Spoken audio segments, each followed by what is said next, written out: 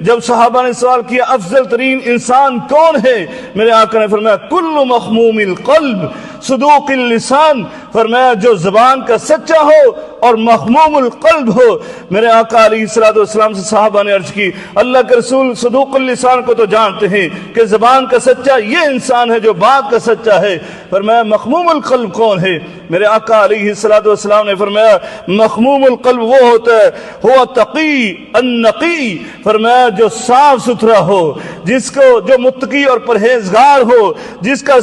دل صاف ہو، لا اسم فی، فرمایا اس کے اندر گناہ نہ ہو، ولا بغیا اور نہ ہی ظلم کے جذبات ہوں، ولا غلہ اور نہ ہی کینہ اور بغض ہو، ولا حسد اور نہ ہی کسی کے بارے میں حسد کے جذبات ہوں، فرمایا یہ مخموم القلب ہے اور یہ میری امت کا افضل ترین انسان ہے۔